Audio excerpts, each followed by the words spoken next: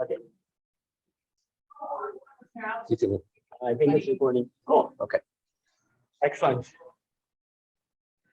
Well, thank you all for coming to our August meeting of the North Houston Space Society. Our plan for today is to have a few opening remarks. And we're going to have Greg give us an update on the recent space news. And then Masa is going to talk about some recent papers, I think. We'll see if that happens. And then we'll do some socializing. And then 4 o'clock, we'll wrap things up.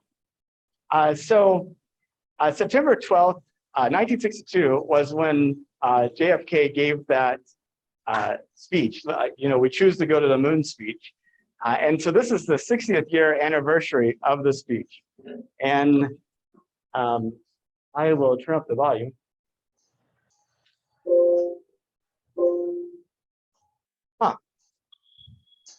Well, I think. Yeah, it's like F9 or something. It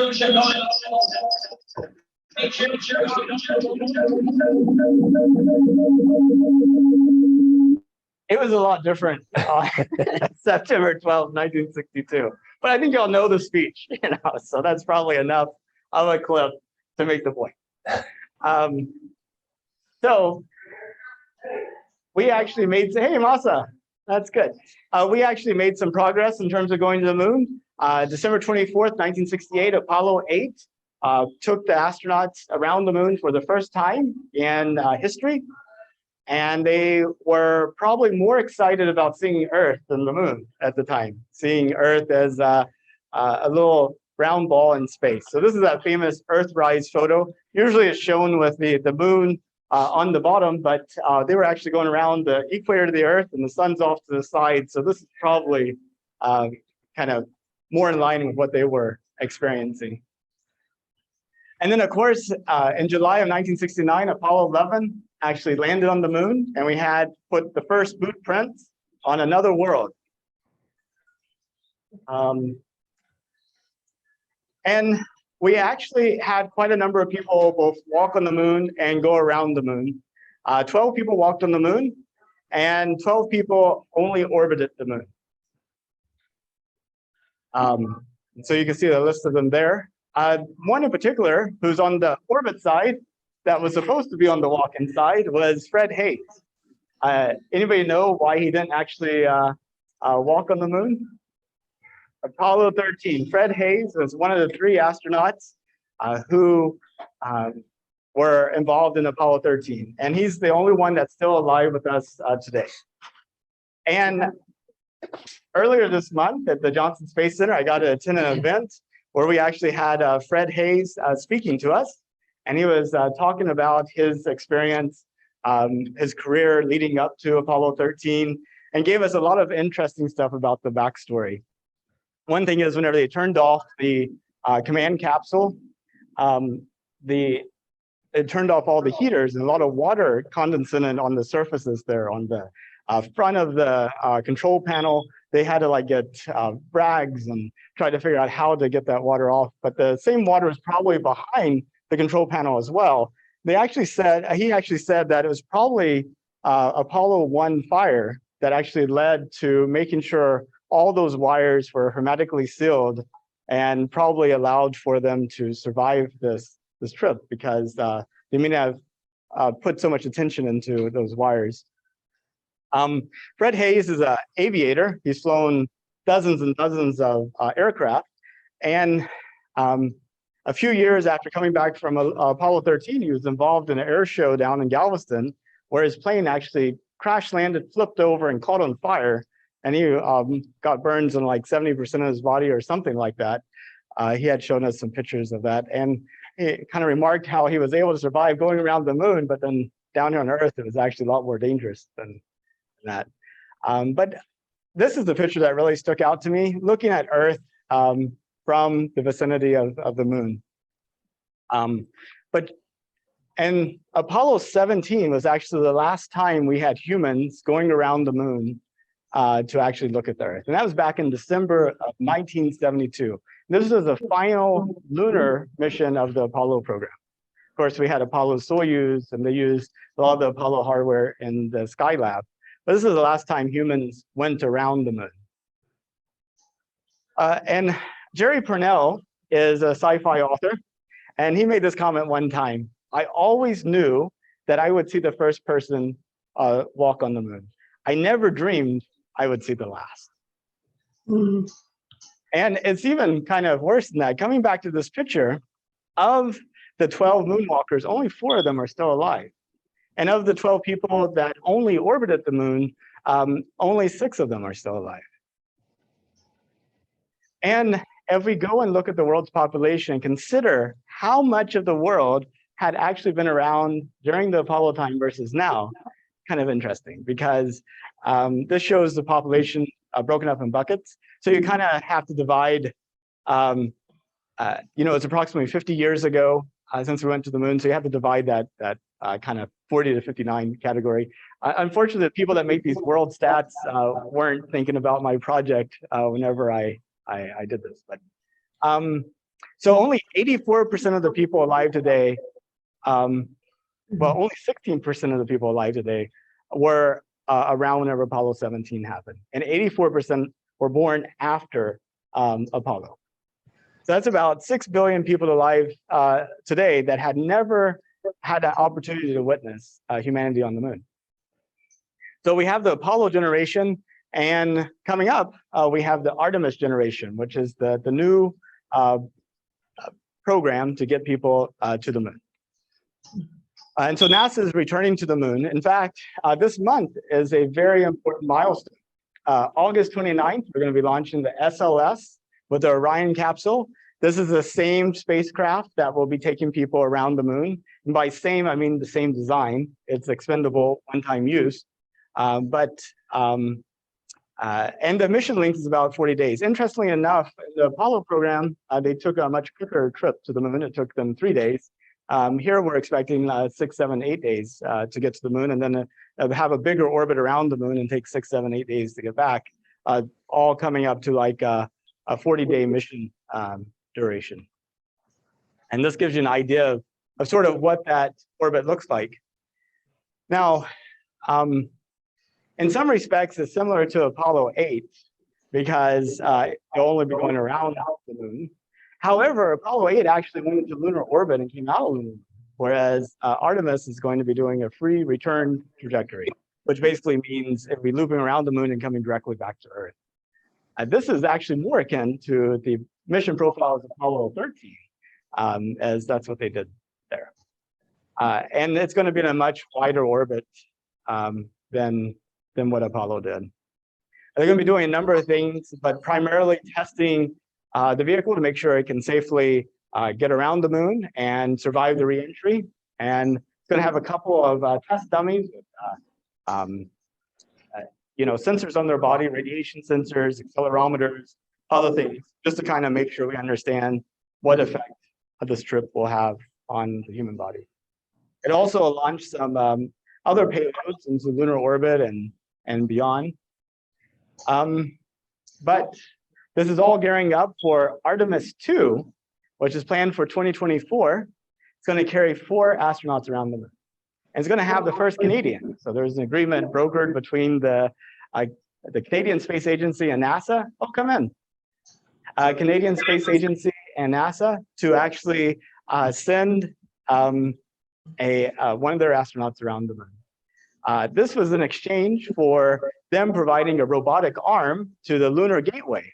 And so some people joke they had to pay an arm and a leg minus the leg to actually get one of their astronauts around the moon. And then that's gearing up for Artemis III, which is currently planned to launch in 2025. It'll carry 4 astronauts from Earth, 2 of which will descend down to the surface. And in that will be the first woman. So far, we've only sent 12 men to the moon. We're going to be sending the first woman to the moon and the first person of color. And if you want to watch it, you can see it on NASA Live on August 29th. Tune in about 7:30 a.m. Central, and that's what time the launch is scheduled for. And you would think it'd be something that everybody knew about. So before we go any further, how many of y'all knew that we were going back to the moon? Well, good. We got good market penetration in the North Houston Space Society, so that's good. You are in the minority. I have been doing this project called Countdown to the Moon, where I've been interviewing everyday people, and I can tell you the vast majority of them do not know that we're going to the moon. Now, Space Center Houston actually has a couple of billboards along 45. If you head south, you get one about downtown and one kind of south of Hobby.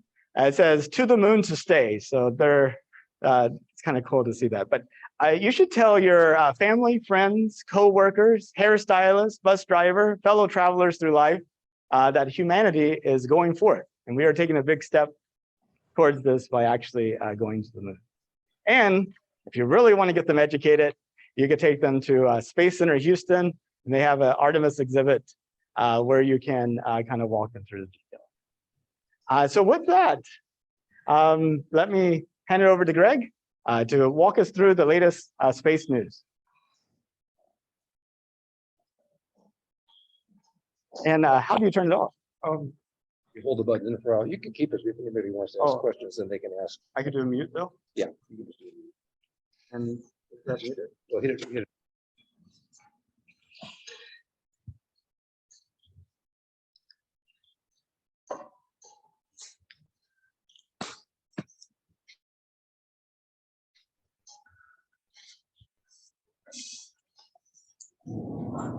Okay. All right.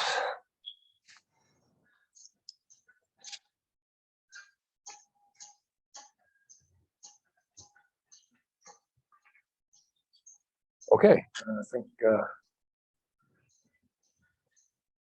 okay, let's get started. So, monthly space news. As of August 13th, 2022, we do these once a month to go along with our meetings.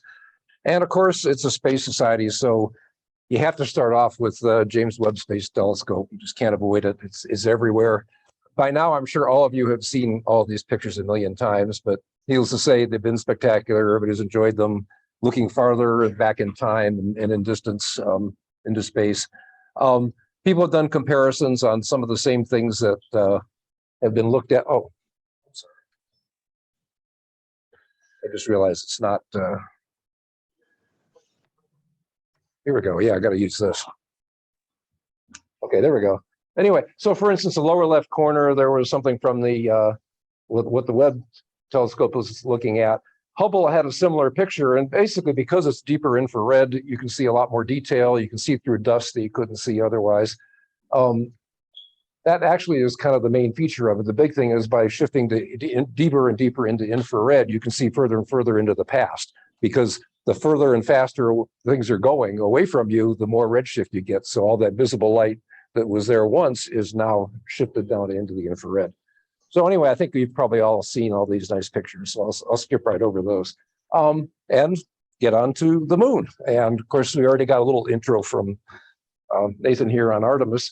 I'll talk about a couple of things. One that people don't hear as much about is the commercial lunar payload services, which is in fact a part of Artemis. Everybody thinks it's only just the manned space program, but actually all that is included as well.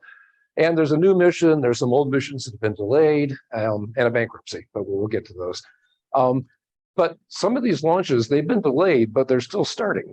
And December 2022, we'll see the first two. Now, usually when things are scheduled for December, like they're scheduled something like December 22nd, 2022, you know those are actually going to be delayed. But you know, it'll be hopefully that's an aspiration, and maybe some of them will go off on time. And of course, as you already heard, Artemis I, which is the big SLS rocket launch, is scheduled for August 29th. So here's some things about the Eclipse program. It stands for Commercial Lunar Payload Services, and it's set up kind of modeled somewhat like the commercial crew and the commercial cargo services, where the idea is NASA contracts for services, like delivery services, basically DHL, and they started that mold with cargo and then with crew. The idea is you build up a couple of competitors. The idea is hopefully at least two. So they tried that first with cargo and then with crew.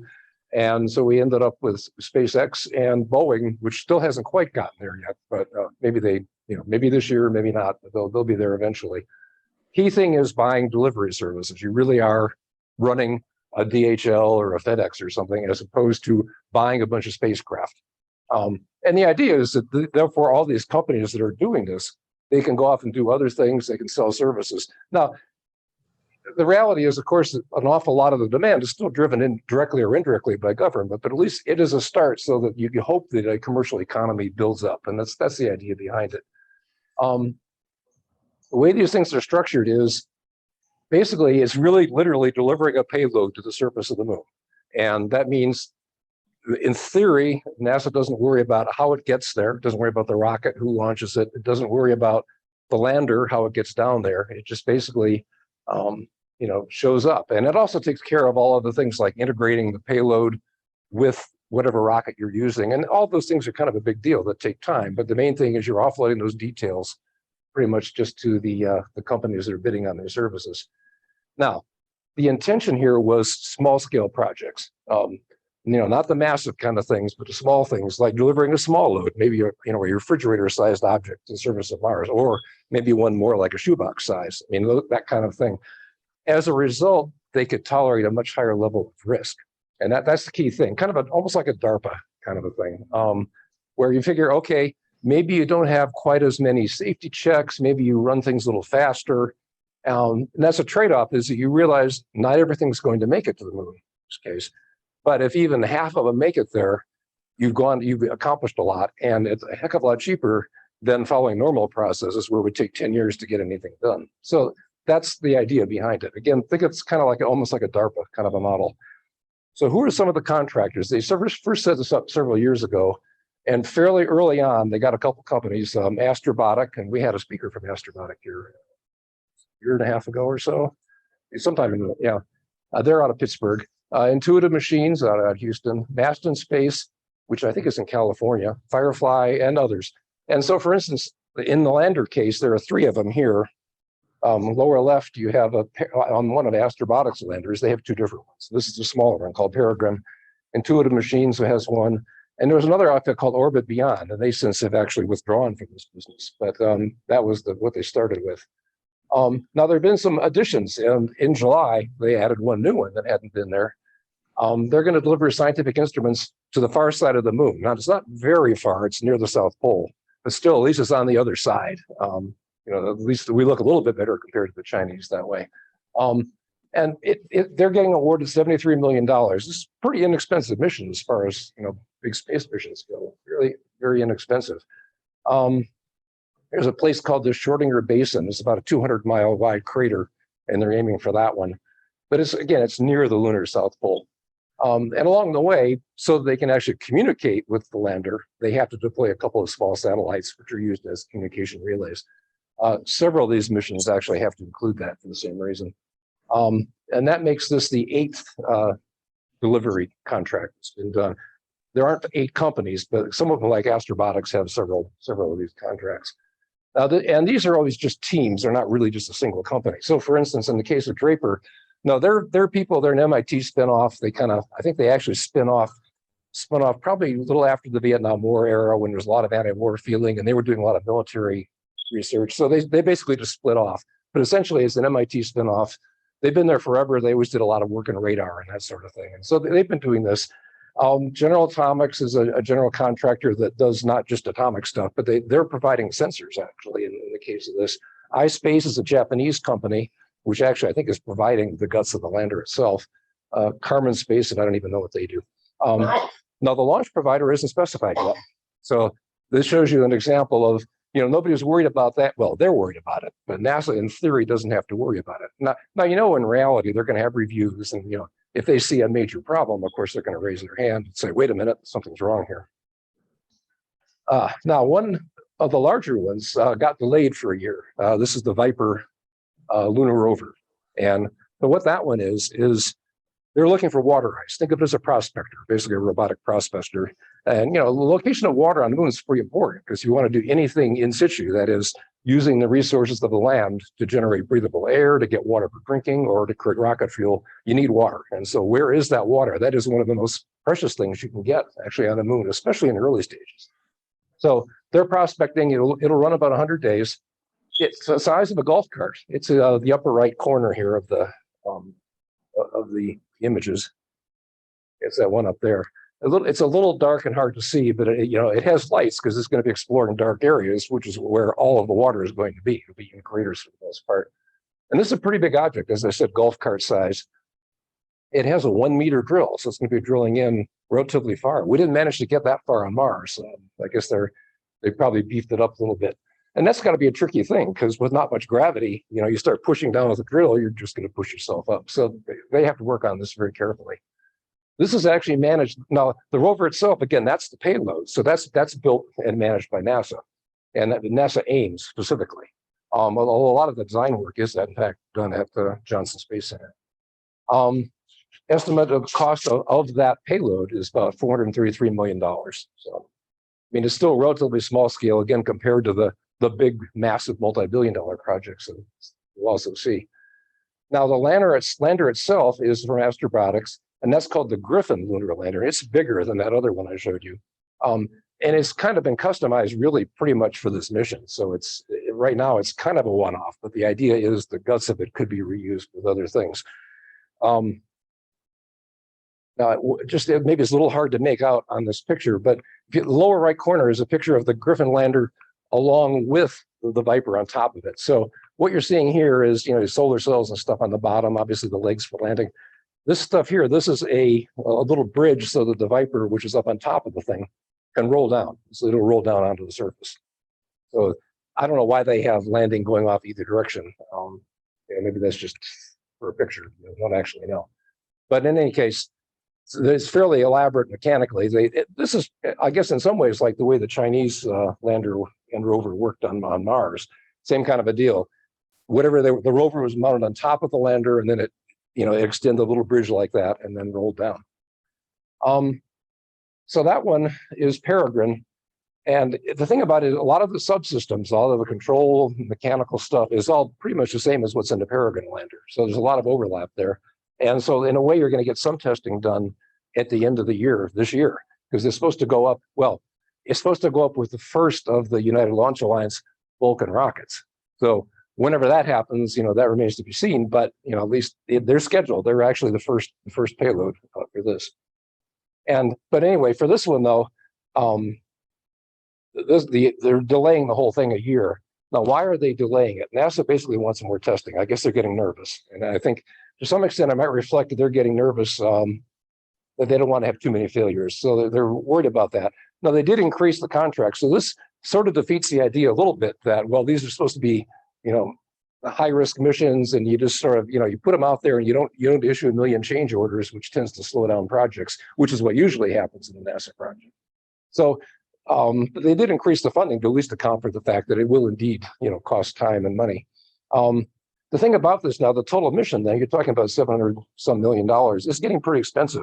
And it kind of questions, you're kind of on the edge of what really ought to be considered a high risk, high risk mission. You're almost turning it into a normal mission. There's been some complaints about that, because one thing about this program, in a way, NASA is getting to do a lot of stuff that would be hard to do, but it might be hard to convince Congress to do this if it gets to be very expensive.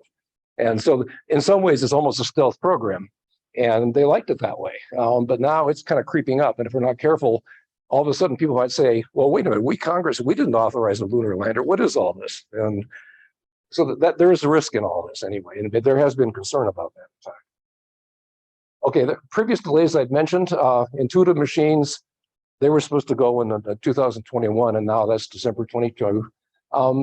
It's hard to tell whether it's their fault or Falcon 9. I think they had some kind of a problem. Probably it was the payload, but you don't really know. Astrobotics, same kind of thing. There's a delay there. Now that one's kind of convenient because there's delays. Astrobotic was behind on this, but actually, of course, the Vulcan rocket is behind, as it has been for a long time. So that worked out pretty conveniently for everybody. They could sort of point fingers at each other, and everybody was happy. That Orbit Beyond company, they pulled off. They are still eligible for doing these kinds of projects, but they realized they couldn't do it in the time and money specified that they originally thought they could. So they dropped out. Now, Masten Space Systems, they are another one. They had a lander. That's the one on the far right over here. Yeah, that one there. That got delayed also from 2022 to 2023. But actually, Masten just declared bankruptcy. So that one's not going to happen anyway. A little bit about that. They filed for Chapter 11. Now, that implies that they're going to try to sell off their assets, but nobody really believes they're going to be able to survive. And normally what happens, you go into that, you sell off your assets, you satisfy your creditors, and you have some kind of a reduced size company that still survives. Nobody really believes that's going to happen, but they have that opportunity anyway. Originally, they had their contract was $76 million. Typically, 70 to 90 million was kind of the size of these projects. One of the, in a sense, an asset they have is, I guess they must have already paid SpaceX something. That's considered an asset of theirs. They paid $4.6 million to SpaceX to get them there. And probably Intuitive Machines will get that. They had some kind of agreement with them. And that was very unclear what it meant, but there was some kind of agreement that ultimately Intuitive Machines would have first crack at getting that slot. So they took it. Now, Masten was kind of interesting because besides this lander, they had other things going on. You know, for instance, creating their own landing pad as they landed. And there have been several companies that talked about this, but there is a problem on the moon. There's a huge amount of dust that gets thrown up because there's a lot of dust sitting around anytime you land. And so what they were suggesting is they would throw in some material, maybe mostly a ceramic of some sort of melt it, and then it would vaporize, but then it would immediately coalesce into something kind of solid. And they would basically, as they descended, by having that extra material in there, they kind of create their own landing pad and cut down on the dust. That was the theory. Now, they hadn't really taken it that far. They pretty much just proposed it, but at least, you know, they were kind of going down that path. I think that was one of their problems. They tried to do too many things at once. And that was just an example of it. They also had some other landers that, in fact, NASA had paid for and gotten good use out of, including some analysis for the Mars, various kinds of Mars landings. They used some of this company's equipment for doing that. They also had proposed mining water from the surface of the moon using a rocket engine, which actually isn't as completely crazy as it sounds. People have done the same kind of thing for petroleum reserves to some extent, as in one way of doing it. You basically inject a whole lot of heat in the ground one way or another and get stuff to boil up and condense it. And they were going to propose to do the same kind of thing with a rocket engine. I mean, what's a great source of heat? Now, how you keep the thing in place while you're using a rocket engine, I don't know. But anyway, this is another one where they had the idea, they talked about it, and I don't think they'd actually put that much into it. But as an example, probably their own mismanagement had a lot to do with this failure. It's really hard to say. Okay, now we're up to Artemis I. Now, Nathan's already talked about this in a little bit. I'll go through a little bit of what some of the pieces of this thing are. First of all, the Orion capsule, if you look. Okay, let's try this again. Okay, the Orion capsule, that's where ultimately people will sit. In this case, it's just mannequins, no people. Now behind that is what's called the service module. It comes from the European Space Agency. And that actually has almost everything you need for life support, for propulsion, and so on. Now, additionally, for part of the mission, there's also a separate propulsion stage, which is basically a small rocket that gets detached in the process of getting there. So that's your payload, if you will. But if you look over here at the full rocket as it takes off, there's some other stuff. Way on the very top here, you have a thing called the launch abort system. And that's so that if in the early stages of takeoff, something goes wrong, you can get some propulsion. It pulls it up basically and helps drop it off one way or another. And so that's a part of the system. I don't actually know why others don't have that. I mean, it seemed like it was kind of a requirement. It built into their requirements anyway. But this one, you have the launch abort system. You have on the left-hand side here, you have the capsule, the service module, and then there's that inside of the fairing here, which really just kind of mates everything with the rocket below it. That also included some other satellites, some small Cubesats they're going to launch, as well as that propulsion station. Then, of course, you have the rocket itself. It has 4 space shuttle engines. I mean, literally, some of them are the used space shuttle engines, and some of them are ones that were not used yet. But in any case, they're using them. Those are the 4. And then the solid rocket boosters, which also are derived from space shuttle. In that there were 4 sections in the space shuttle versions, and these have 5. They made it a little bit longer. So the mission itself, it takes a total of 42 days. What they're doing is they're going around the moon a couple of times. They'll splash down October 10th if they meet their initial date. The backup launch windows that they miss this one are September 2nd or September 5th. So that's what they're saying. And this is actually the first flight test of SLS, the NASA rocket. And also it's the first time that it's actually been integrated with Orion. Orion has been tested way back in, I don't know, 2014 or something. Somehow or other, they got one up in the air and they dropped it down to make sure it would work. So that one actually has been tested before, but they haven't been put together. That is called Space Launch System, SLS. It will be, if they take off first here, they'll be the most powerful rocket ever in terms of thrust. They have about 8.8 million pounds of thrust. And they will hold that record until Starship actually takes off, which has about almost twice as much thrust. Just for comparison purposes, the shuttle is a little bit less. The total had about 7.8 million pounds. Apollo missions were on 7.5 million. Falcon Heavy, for comparison, is only about 5 million. Still pretty substantial and more than is needed for almost any other mission. There are very few that we've been doing so far that require this much thrust. And as I mentioned, besides taking the Orion capsule and sending that around the moon, in addition, they're also deploying some Cubesats on various kind of tests.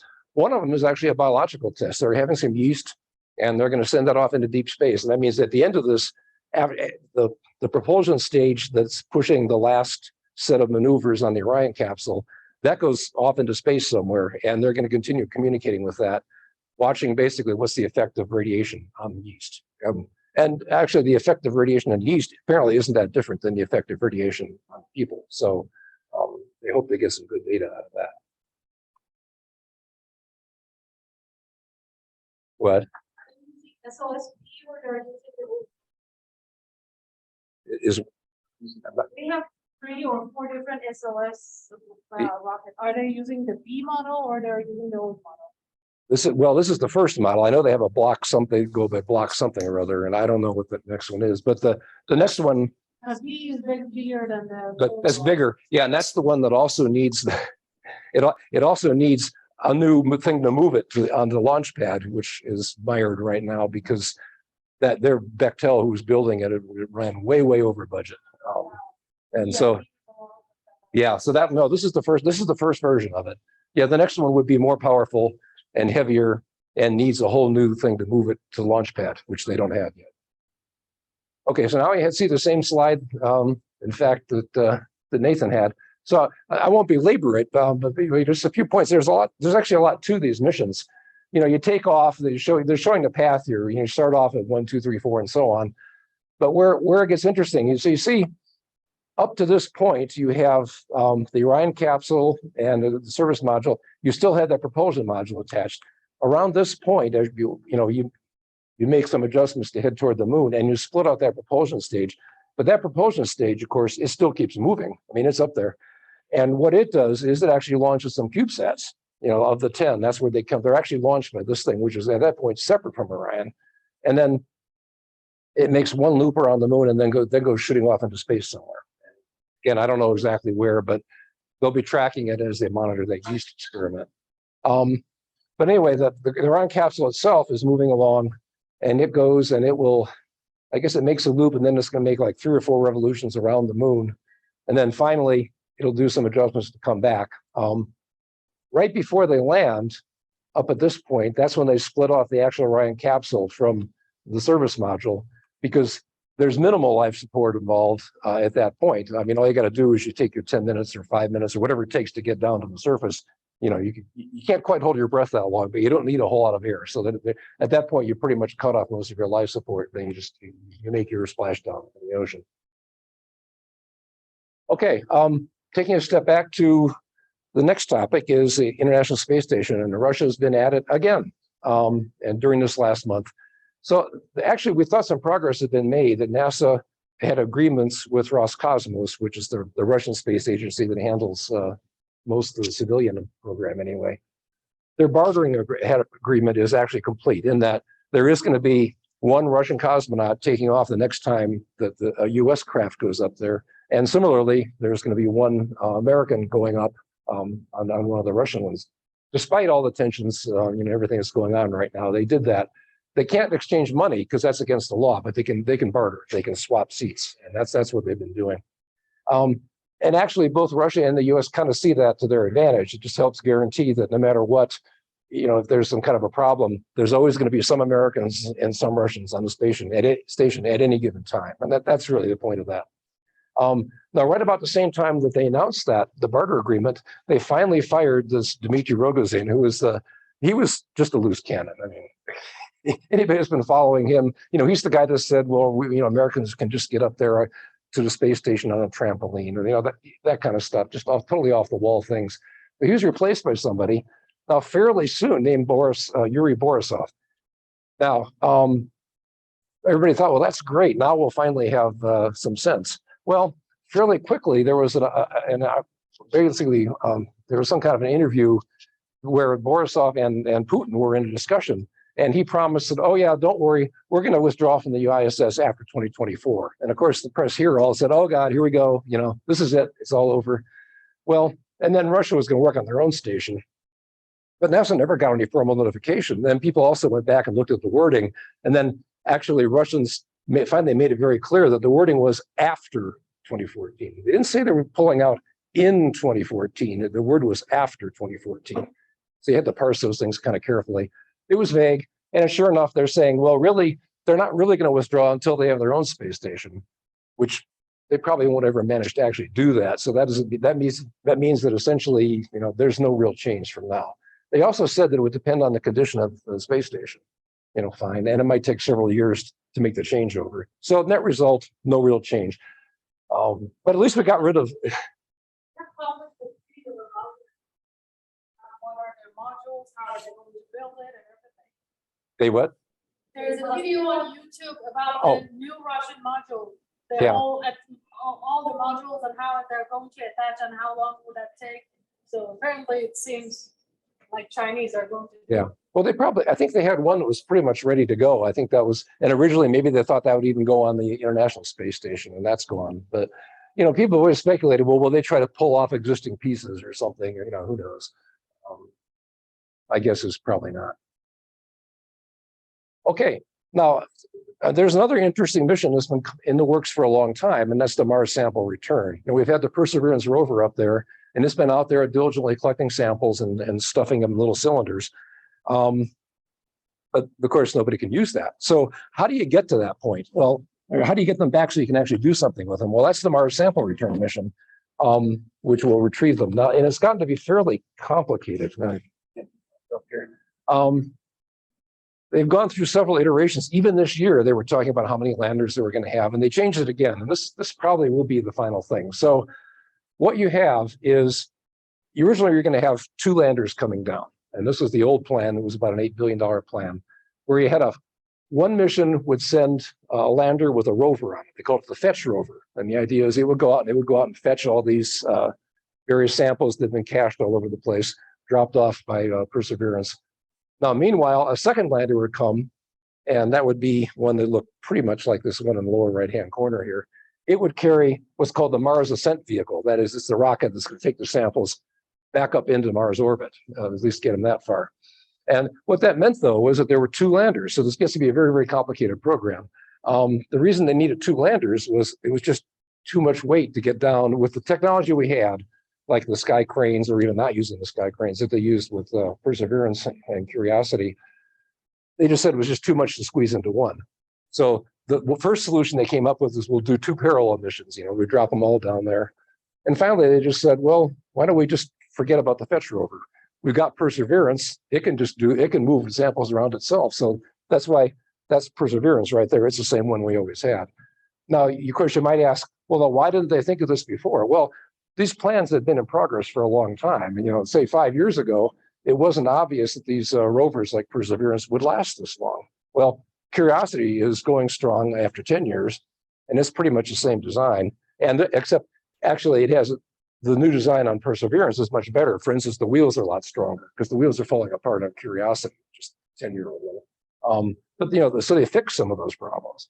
And so there's a pretty good chance that Perseverance will be around. So rather than sending a rover out to a rover to fetch some samples or to a cached site, they'll just have Perseverance bring them back so it can unload its own.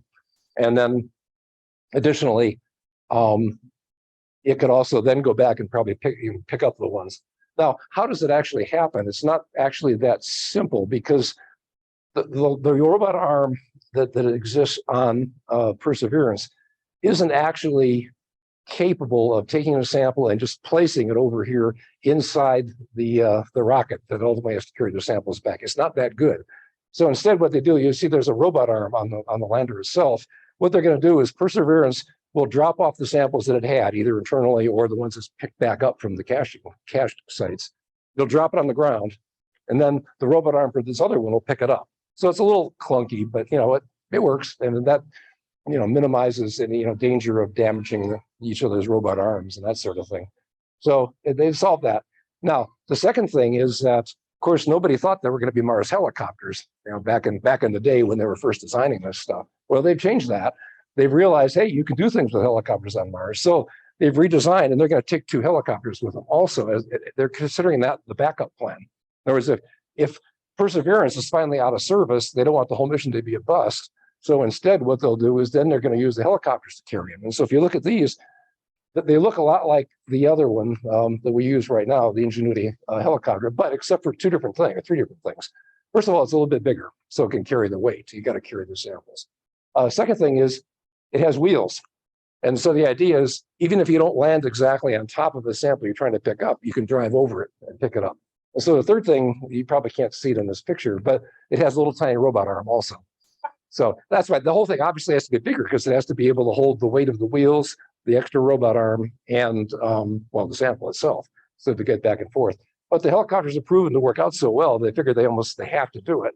And so at least they have 2 different ways of getting samples back and forth. So they're hopefully adding enough redundancy in this mission that if some of this stuff doesn't work, the rest of it will. By the way, I'm going to ask if anybody here has any idea, what are these circular things that are on the lander? I don't know. I actually was curious about this, and I've been reading up on it, and I haven't found anything. I mean, it looks like it's some kind of insulation for something, but why there are so many of them, I don't know. Well, they may be, maybe. Just don't know. It isn't like they need a lot of propellant. It's just a lander. So it doesn't need to be fuel, but I don't know.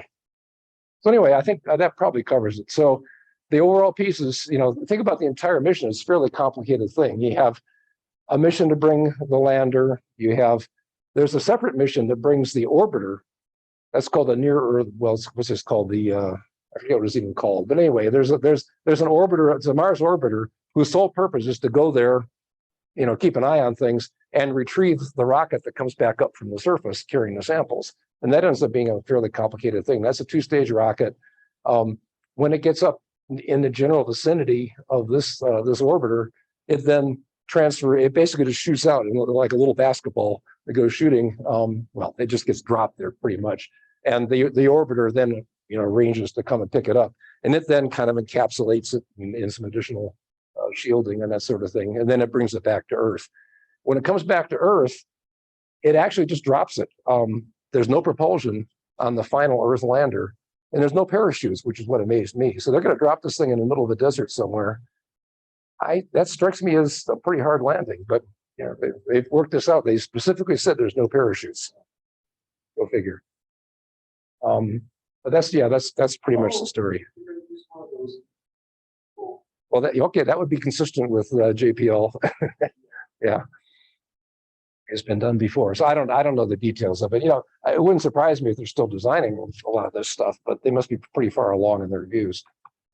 Okay, going a little further out into space, and we've talked about the Lucy asteroid probe before. Did anybody say comments about, are they going to be able to find all this? They just drop dirt. Well, I think they know. I mean, well, I think they know pretty well. I mean, by the time this thing gets there, there's going to be at least 2 to 4 years worth of weather that has had time to sweep back and forth. Yeah, that's true. Those tracks and eradicate them pretty well, I would imagine. Well, Yeah, and probably. it doesn't make sense to drop off the tubes if you're just going to collect them with the rover and bring them. I imagine now they would stop dropping them off, wouldn't they? Yeah, they may change how they do this. Well, they weren't gonna drop them individually. I think they were gonna have just a couple of sites where they'd be stacked up, and yeah, maybe they, I don't know what they do. draw a little X in the ground or something on it. I'm sure that part they would have thought about. I mean, there's just so many things that could go wrong with this whole thing. But so far they haven't cached anything yet. I mean, they haven't filled up the internal. I think they can carry like 30. And by the way, that Mars Ascent rocket, that can only take 30 samples anyway. So they're not even getting all of them. I guess they have to pick the best. You know, they have to decide which ones they really care about the most. Okay, so Lucy, now this is the probe that's going to the so-called Trojan asteroids that are trapped at the Jupiter L4 and L5 Lagrange points.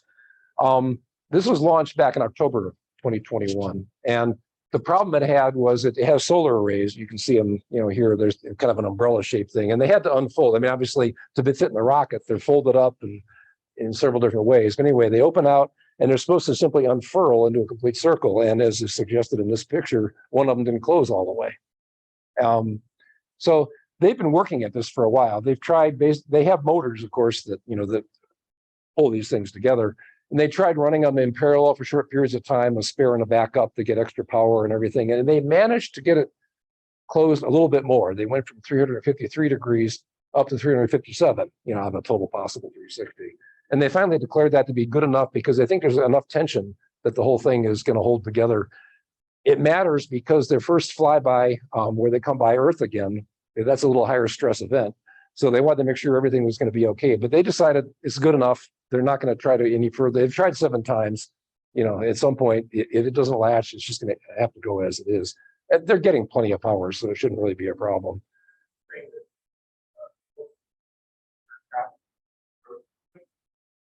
Well, they just call them Trojan asteroids, but they just named them after, you know, Greeks. But they're trapped at the L4 and L5 point, the Sun, Jupiter, L4 and L5 points.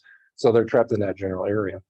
But that's why they wanted to visit them, because they figure, well, these things, they're kind of pristine. They've been, you know, they haven't been banged up by a lot of other asteroids and so on. And, you know, they probably represent pretty early what the asteroids looked like a long, long time ago. So they had a special interest. And they're going to hit a couple of random ones along the way, too. The first one will be in 2025. That one's just kind of a standalone. But it is interesting. It's a very complicated path. They don't use much fuel, but they take 3 Earth flybys to do it. Each time they come by the Earth, they get the gravity kind of pulls them along a little bit, you know, and helps them out. So they do that 3 times. And as I said, the first one's coming up in 2025. I forget when it's finally all done, but it's probably like a 9 or 10 year mission. The whole thing. Okay, miscellaneous stuff. Blue Origin launched a New Shepard, you know, the 10-minute up and down ride. They did one of those again. One kind of interesting one is that the space station has now figured out they can throw stuff directly out into space. They don't just have to fill up a Cygnus cargo craft, which is what they've been doing. Normally the cargo craft goes up there and unloads all the cargo and they keep it there. And then what they do is they throw all their trash and garbage in there. And then finally, when they, you know, at some point when they have to free up, you know, a port for the next thing that's coming up, they actually just basically take it, you know, and the Cygnus is a disposable craft. So it just goes and it vaporizes in the atmosphere as it re-enters. But what they decided is actually what they can do is in the Bishop airlock, they put the trash in there in big plastic bags. You know, it'd be an ad for Glad trash bags or something. And in fact, that's what it looks like. If you look at the middle picture on the right here, it's wrapped up in a nice plastic bag and they shoot it off. Now that's actually not quite as simple as it might sound. It takes the Bishop airlock to do that. And they, on their hand, you don't just drop it out because there's nothing to push it out. So what they do, they actually remove the entire airlock on the robot arm. They carry it out. You can kind of see it, and this is the little piece of it here. This is the Bishop airlock actually on the end of a robot arm. And they have basically the way they launch everything else is with springs or something. They basically just kind of nudge it out with gentle force, and that's what you end up with. And then the robot arm brings it back, and they seal it all back up. So they've made major progress. They now can throw away smaller amounts of trash on the space station. So we'll be able to track this trash and say, okay, go out tonight and watch for the trash bag number 16. Yeah, I'm not sure. I'm not sure there'd be enough. Star. It is. Yeah, I don't know. They didn't mention that in any of the articles. So either way, you're still going to burn up the cargo ship and you're still going to burn up the trash. So it's really just sort of a question of timing, but at least it gives them some flexibility. And it's kind of a reminder that, the space station is not terribly sustainable. They always have more than 4 astronauts, but even with 4 astronauts there, every week, they basically fill up 2 trash cans. And so that's sort of a measure of what's the constant flow of material up to the space station that ultimately has to come back to Earth, and that's how bad it is. It's 2 trash cans a week. Not that different than here, actually, although presumably a little bit more efficient. Okay, the next thing, Astra, we've talked about them before. We were saying how they make about the smallest of all the commercial rockets. They can fit them in truck trailers, and they drive them up to Kodiak, Alaska when they want to launch for a polar orbit or something.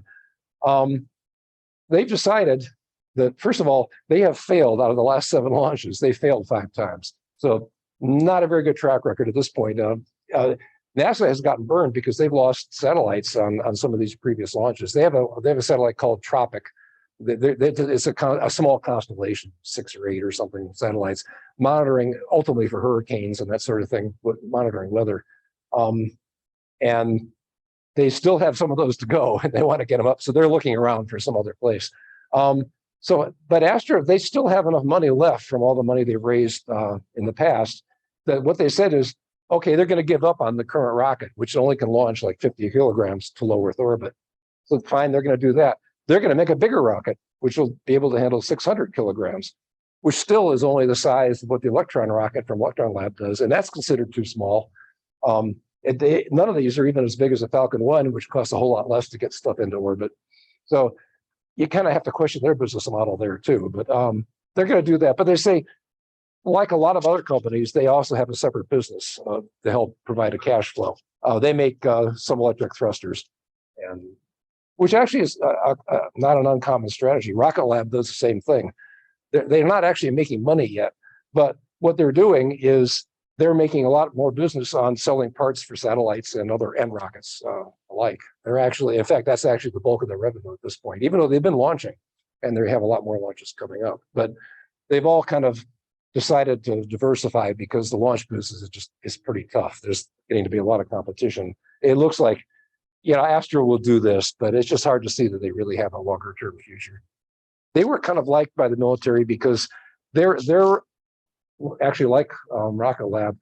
Their story is what they call responsive launch, that when somebody decides they want to get a satellite up in a hurry, maybe because there was an accident or an attack of some sort or whatever, something gets destroyed by debris in space, they could get something up quickly. And that was kind of their strength. They could go anywhere because they could just drive it, and launch almost any orbit you wanted.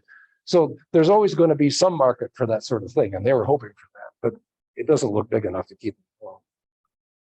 Okay, now we're at that point of talking about how many launches have we had. And one proviso here is I missed 1 Russian launch last time. So it was just a couple of days before July 9th. It was back on July 7th. So in your exact count that's in your head, you have to add 1 for the right answer here. I don't know. So what do people think? How many launches have we had since the last meeting? Which was you're going back high again. You're yeah, we're not there yet. Someday. There won't be any room left on Earth to walk without getting blasted by rocket exhaust. But okay. Oh, all right. Well, how many people think there were 25 or more? 1. Well, you're the one right guy. There were 25. It was a good month. So again, as usual, I will not go through all these things, but highlight a few of them. A heck of a lot of Falcon 9 launches. A lot of those are Starlink. Not all of them, but quite a few of them were. I'll highlight a couple. Vega C, which is, Europe really has a couple of lines of rockets. They have the Vega rockets, which are really basically made by the Italians, and they're the small ones. And this was a new version of theirs called Vega C. That was the first one, and it succeeded. Let's see, what can I say about a whole lot of Starlink launches? The Chinese put a new science module up for their space station that went up and succeeded. Managed to get a contract? Yes. Oh yeah, yep.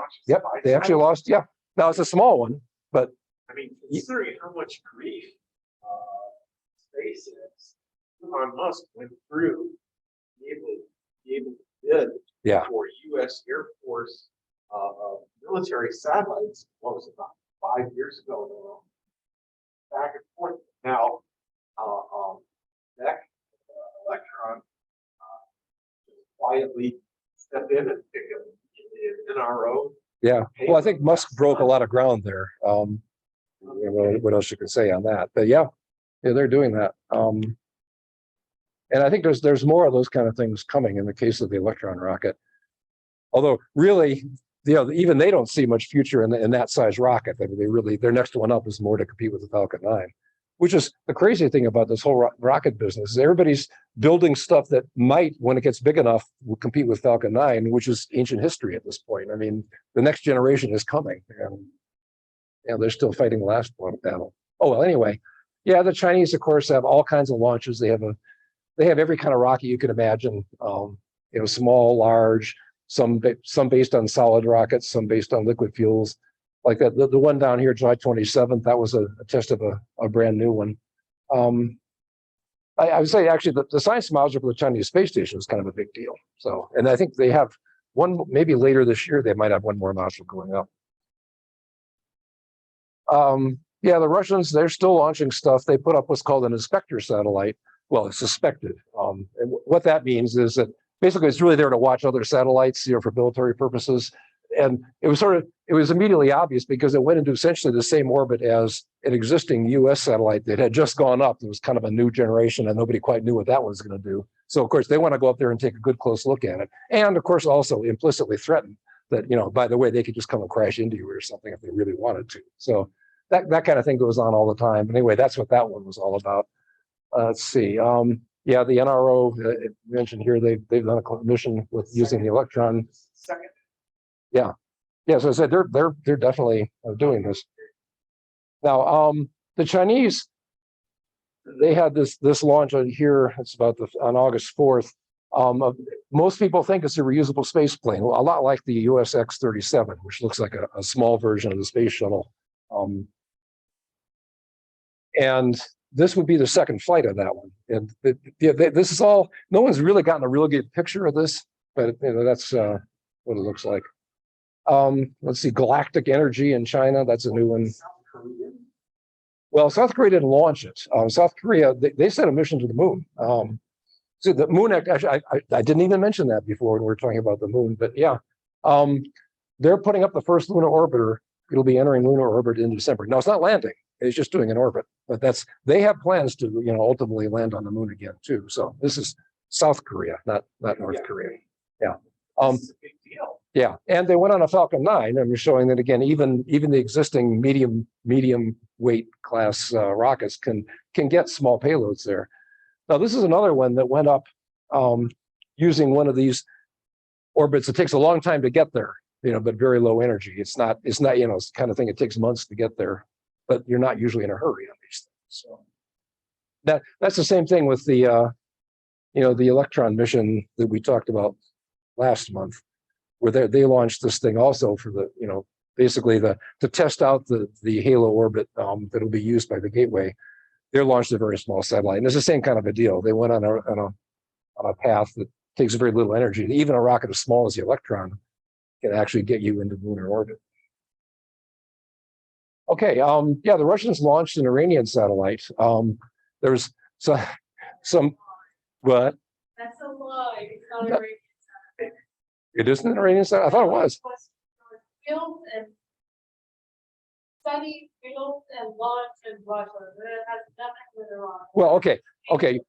But it's but they're selling spying as a service, I guess, if you will. I mean, yeah, you're right. The Russians actually built the thing, and that's why they can say, people claim that actually what's going to happen is that initially they're going to use it mainly to watch what's going on in Ukraine.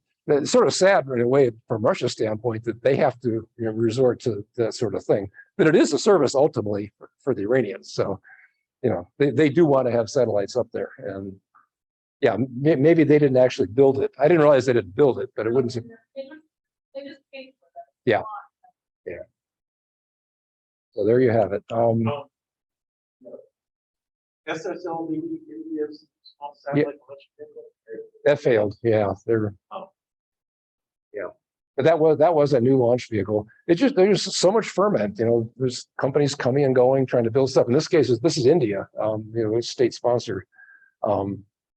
There aren't that many sources of for heavier lifts. There aren't that many places you can go to get rockets anymore, and people are turning to India. This is a small one. That's a new one. But for their larger polar vehicles, they've been selling them to some extent.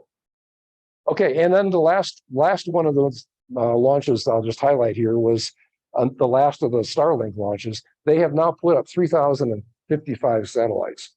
That's how many have been launched since the start of this program. Now, they're not all operational. Some of those have already been deorbited.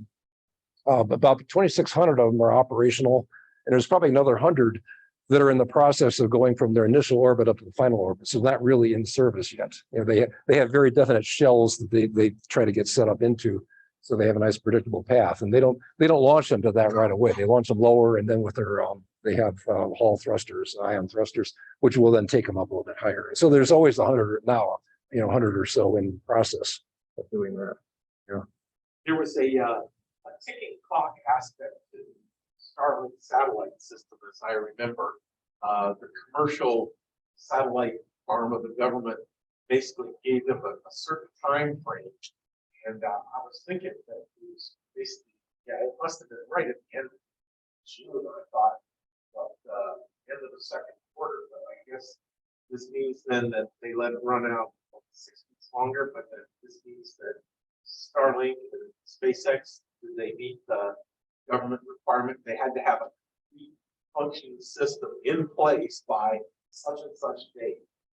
Remember, they must have. They typically have those kind of criteria, and I haven't heard anything about anyone thinking that's a problem. That has been a problem for, I guess, for OneWeb, which is struggling, especially since they were all depending on Soyuz rockets to get them up there. That's actually a bigger issue for them. I haven't heard any real concerns lately about the SpaceX ones. Now, on the other hand, the system still isn't considered good enough. They had bid on getting a bunch of funding for supporting rural access to broadband, and they didn't. That may have been political. It may not have been. You'll never know those kind of things. But they were hoping to get like some fairly large amount of money, in subsidies. And they ended up not getting that. That was announced in this last month also. Okay, I guess that's it. Any other comments or questions? Insults, whatever. Okay. Well, thank So you very Greg, much. can you hear us in the Yeah, we'll see if it works. We'll see if it actually goes into the recording. I'm a little concerned about that, but we'll find out. Hey Greg, can you hear us online? Let's see, Masten sent email, which I forwarded to you, that has a link to her presentation, which is online. That's great. That's how I forwarded it to him, and we should bring it up. Actually, if you put it in the It's the shared email. folder. Well, it's a Google presentation, so it's actually online. So you'll see the link. Thank you so much for putting together the presentation. Yeah. Masa put this together with 1 day notice. So I said, I didn't have a guest speaker. And she's like, I got it. Here's a microphone. And it's actually going right now. Maybe flip it the other way. Yeah, no, I'm looking for the email. I don't see it here yet. Yeah, it should be from Nathan. That's this one right here. This forward here. Yeah, and then there should be a link. And just this. This is the link. Oh, okay. This is literally. Link. Okay, so you know what? I'll just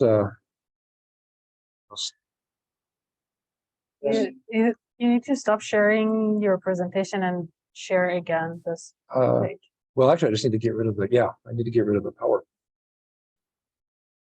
Also, maybe if we could make Yeah. both desktops the same, might make it a little easier on her. Let's see, how do we get this over to? Let's move this over to. Yeah. Okay. And then I guess you can Then just go full screen from there. full screen share, and then, Okay, how do you do full screen on this? Over top right, slideshow. slide share. a little bit to the left. Oh. Right there. Wow. Okay. Okay, and then the contractors. Is that We'll give you the, Oh, you're set up. oh, you are set up already. Okay. Yeah.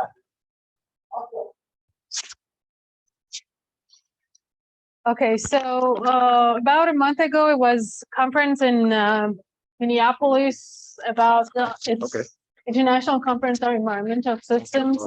I was co-chair of the space architecture session over there. So we had these papers, I mean, in the PDF that I'll send on to Nathan to upload it on the website. You can download all the papers over there if you click on the links.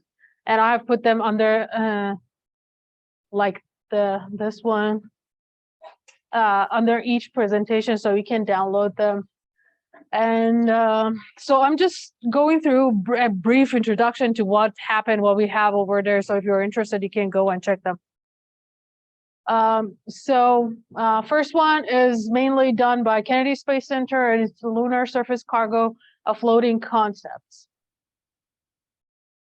So their whole idea is that if we want to have over there different types of the payload, we need to have different types of the rocket and the frequency of the launching of these rockets. So if for the very start of the process for the surface missions, we need power cables, batteries, solar panels, antennas, cameras, and lab equipment that could fit into a less than 2 metric ton of a payload.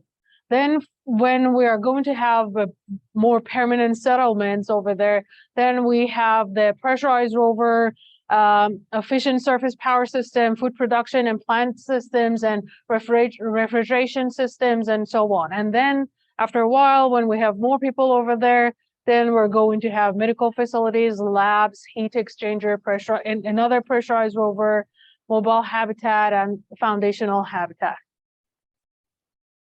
So this, I think Nathan showed a part of this image. It's the Artemis Mission from NASA that they're saying that, okay, what are the tools that we really need over there for different NASA missions? So we need lunar terrain vehicle, foundation surface habitat, and the pressurized rover, and to have this kind of scene on the moon. And putting all of these together and launching them requires a very, very delicate kind of design in this process. So we really can launch those metric ton on the aspect of the mass, but have we considered the volume of that? So as you can see in here, some of the payloads, they really need single boom David, double boom David. It depends on the height of the cargo. We need different types of offloading mechanism to put them on the surface of the moon from that height that they're going to land. So, and these offloading mechanism can increase or decrease the mass of launch and all the process later on. So this is the diagram that they have made. Start, does payload require external handling assistance? If no, then this. If yes, what is the location of the payload on the lander relative to the surface? If it's high, more than 10 meters, then does the payload require offloading to accommodate surface obstacles or not? So it goes through these, and then they pick the type of the offloading mechanism that affects the mission later on. And this is their conclusion, that the ability of the height above the surface, that is the main concern when they're designing the volume of the cargo, and the ability of the cargo itself, that is mobile or fixed or static, that is the next factor that plays in the whole volumetric design of the payloads. This is the experimental investigation of minimum cabin size at varying gravity levels. That it's David Akin is the program director of aerospace engineering in University of Maryland, and he's doing real interesting stuff over there with his students. So as you know, that inside of the ISS, they have different racks, and they got those racks and they put them in different shapes, and they created these different variables that what would be the volume if the racks, for example, we put them circular way, if we put them kind of more oval shape way like these. And then they started testing that if an astronaut wants to take something from this rack and then goes to this rack and then puts something on this rack and then go to this one, how is that frustrating? How fast are going to do it? How is that accessible? So they examined different different scenarios that during the day, that how they're going to interact with different racks at the system. And they tested, they have a huge underwater facilities over there. They tried to simulate for the 0G and Lunar mission both. And so far they have found out that the smaller modules for short term and with 2 crew vehicle, that would maximize the efficiency. But ultimately, the question is the minimum required habitat size for various mission type still remain unanswered. So we have just one mission on Artemis mission that they have just 2 crew. So I think after Artemis 3 or 4, that we will going to have 4 or 6 or 8 crew. So is that going to be the same answer for if we have more people over there, that they're going to do the same thing in those rack systems over and over in daily basis? The third one would be model and full-scale testing of outfitting approaches for inflatable habitat. Again, it's from David Atkins' lab in University of Maryland. So we have the Transhab system over there. It's the inflatable, the main design, the very early design. They have 3-story level, and the core opens up like this to provide the flooring system. So the question is that if they're going to do it on the surface missions, how fast are going to do it if there's no robot over there, and if they really can do it over there or not. So this is their divers putting all those real scale model all together to see if it's going to happen. So this is the payload movement results, and these are for the surface missions and these are for the 0G mission. So that they found that it's easier to test in lunar gravity as compared to microgravity, which is kind of something that you probably don't expect. And the reason is that is when in 0G, one of their hands is always interacting with handrails to keep them in the same position, and they have just one hand free to do all of these stuff. But on the lunar mission, they don't really need to stabilize their body and grab something to have that kind of confidence to start doing stuff. So it would be way easier if they use Transhab, for example, for lunar missions in this scenario. Crew-passenger ratio implications on commercial spaceflight design and survivability, a discrete event simulation framework. That is done by ex-SIGSA students, Victor and Kazu, which are now PhD students at Florida Institute of Technology. So they have gone through all the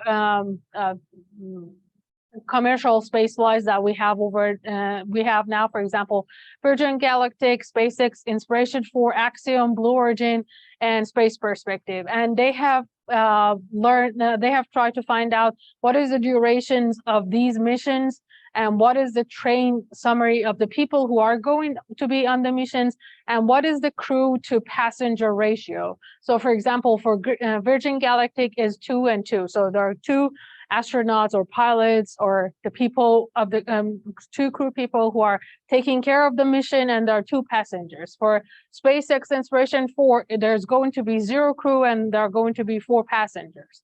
So this is going for Axiom, it would be just one crew for 3 passengers. Blue Origin, it's suborbital and there's no crew. It's fully autonomous. There are 6 passengers. And for Space Perspective, it's again suborbital. It's going to be 1 crew and 8 passengers. So in case of emergency, and if they want to evacuate people out of those systems, how they're going to interact and how fast they can get out of the whole system. So their scenario is that there are going to be 7 crew over there, or 8 crew, I guess. And this is the exit module, whatever it is. It's a spacecraft or it's another module. This is the inflatable module, and it has 2 openings on each side. And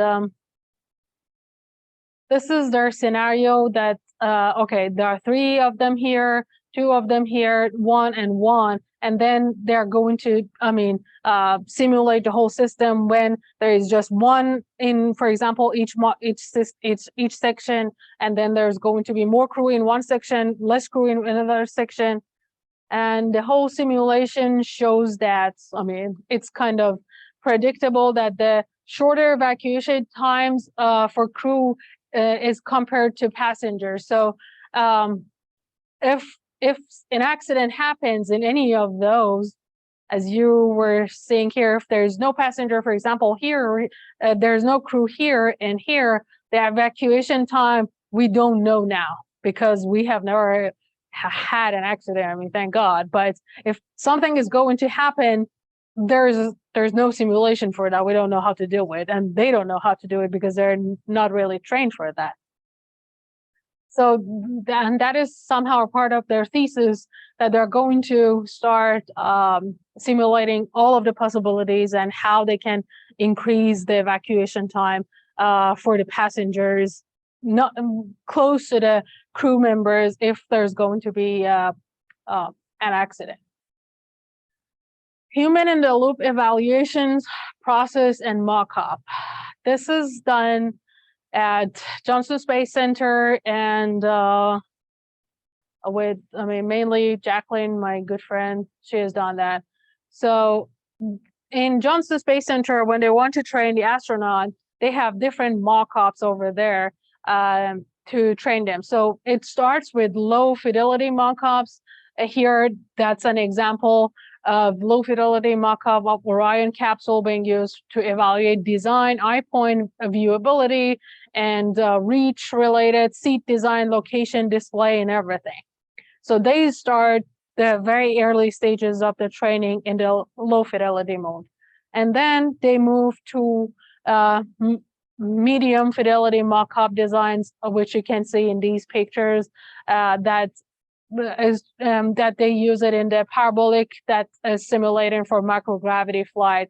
And they try to evaluate suit design, seat design, window field of view, viewability, and ingress, egress, and most of the things that you really cannot do it in the low fidelity on Earth. And then there is a high mock-up, this is the high mock-up of the Orion capsule. It's at Johnson Space Center.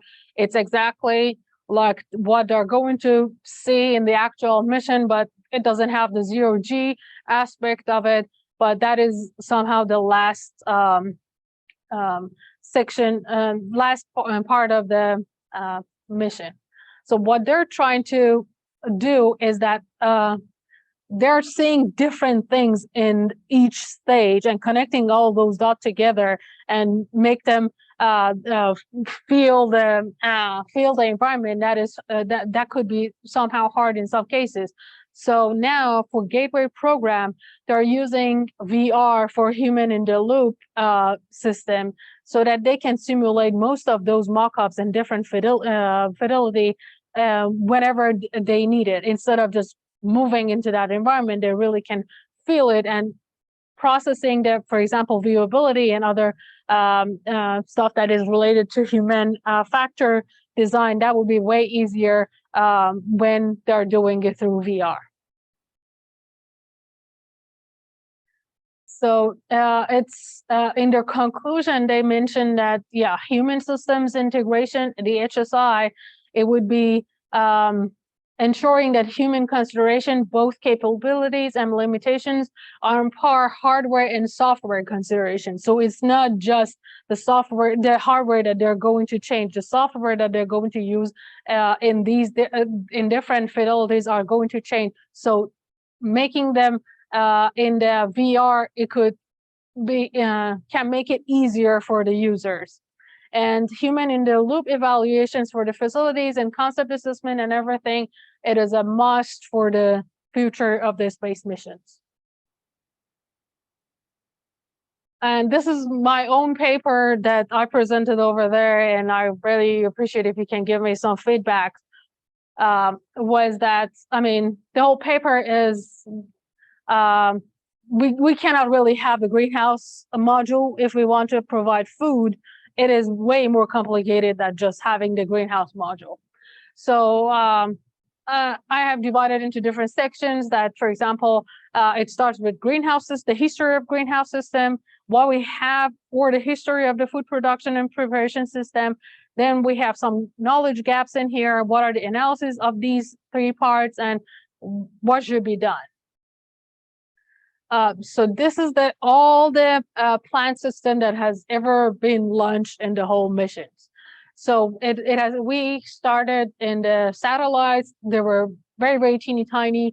They were just sprouting. And then we have some in the Salyut, shuttle, and ISS. So there's going to be HALO, habitation and logistic outpost, which is going to be the very first, greenhouse module in space, but we don't have much information about it. And their system is that they're using three different types. They're wall-mounted, MDL, and Express.